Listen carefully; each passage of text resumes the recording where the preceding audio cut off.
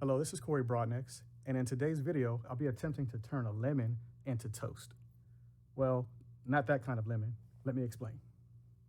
You see, about a week ago, I was in an online auction bidding on window fans, and for some reason, I ended up accidentally bidding on this blue toaster. I didn't even realize I placed a bid on this item.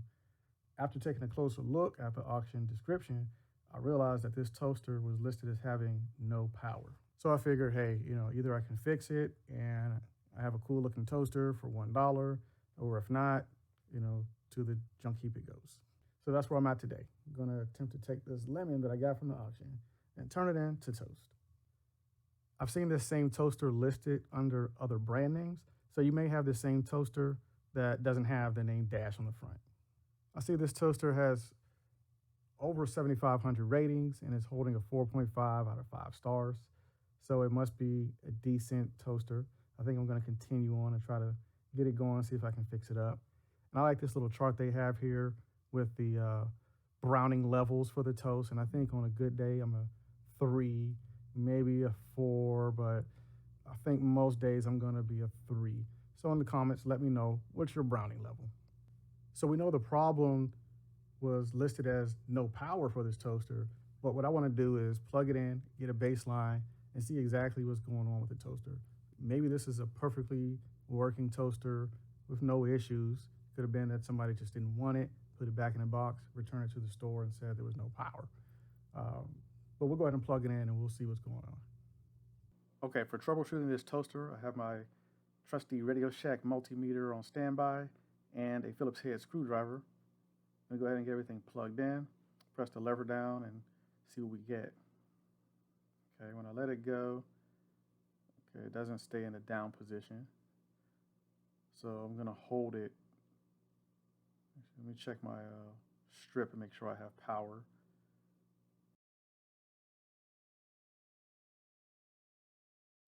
Okay, we have power on the strip. And hold it down again. And it feels like it's warming up. Give it a few more seconds. Yes, it's definitely getting warm. Let me tilt it so you guys can see the inside. And not sure if you guys can see it there. Yeah, there we go. So you can see the coils are getting hot on the inside. So we do get power to the toaster. Okay, go ahead and get it unplugged here.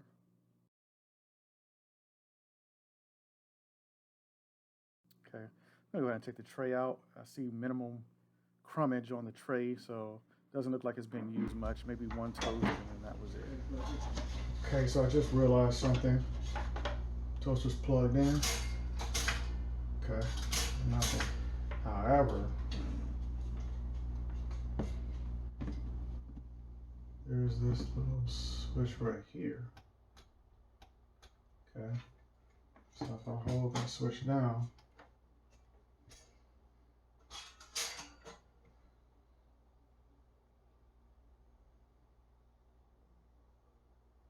it works fine. And we have heat. So you can probably see the coil getting hot there. Nice. But when I let it go,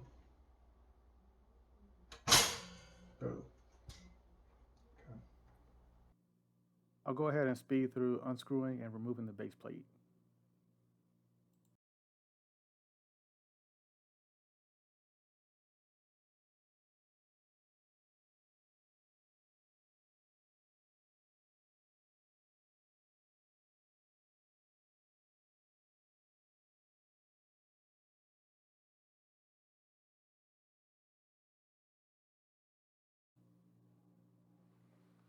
So here we're getting our first looks at some of the components inside of the toaster. Here's the switch connected to the circuit board. So I'm going to go ahead and get that unplugged. And on this toaster, it has a yellow and white wire connected to that, what I'm calling a reset switch for now, because I'm not sure what it is. That second plug I just connected, that's for the secondary board where the temperature knob and the bagel button and those kind of buttons are at.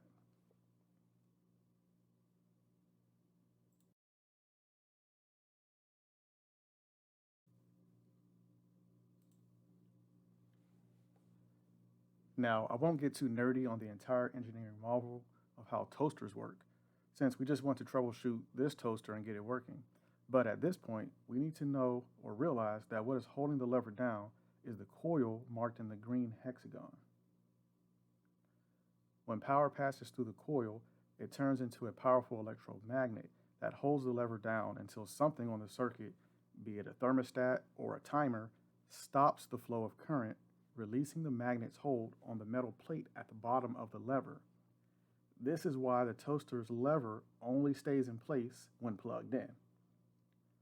Before all that can happen, the lever itself must press down on two contact switches that you see here in the green rectangles.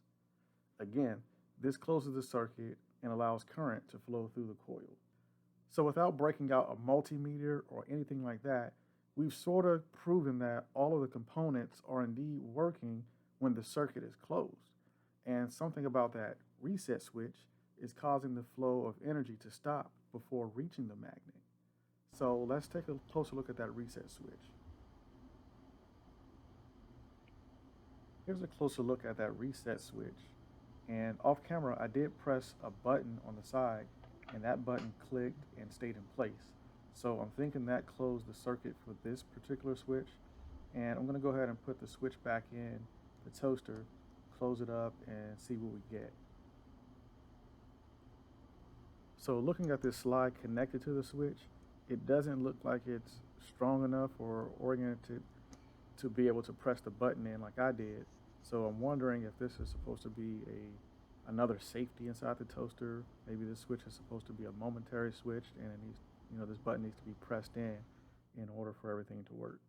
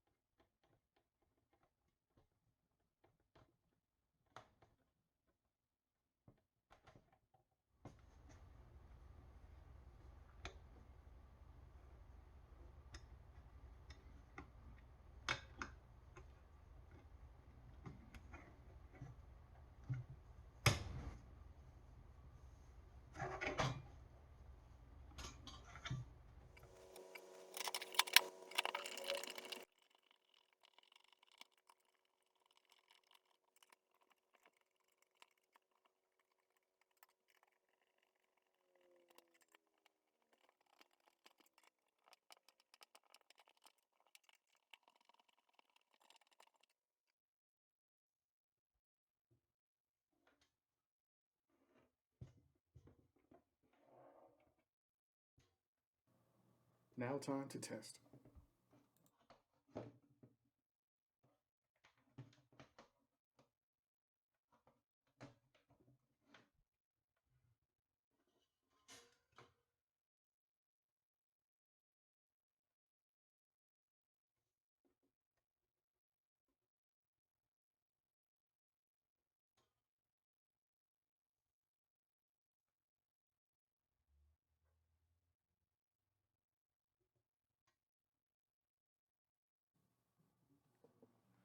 So far, so good. As you can see, the toaster is now plugged in. I was able to press the lever down and it's holding, and we now have power.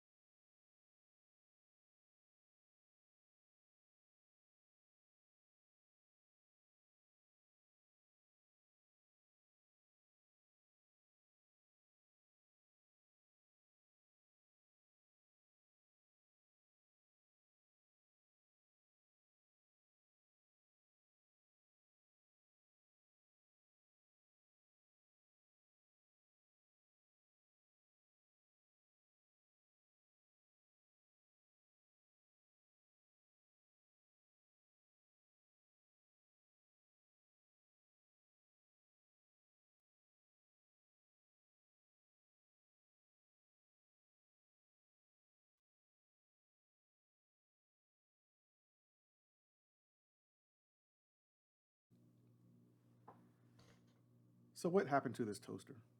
Well, it turns out my particular toaster is actually missing a piece. According to the product manual, there is a removable glass panel that sits in that groove where what I was calling the reset button is. It appears that button is another safety that lets the toaster know if the glass panel is indeed in place. Here's a video that shows the switch is opened when the glass panel is removed. This prevents current from flowing through the toaster's circuitry, hence no power. If this video helped you, please let me know in the comments below. And as always, have a great day, and I'll see you in the next video.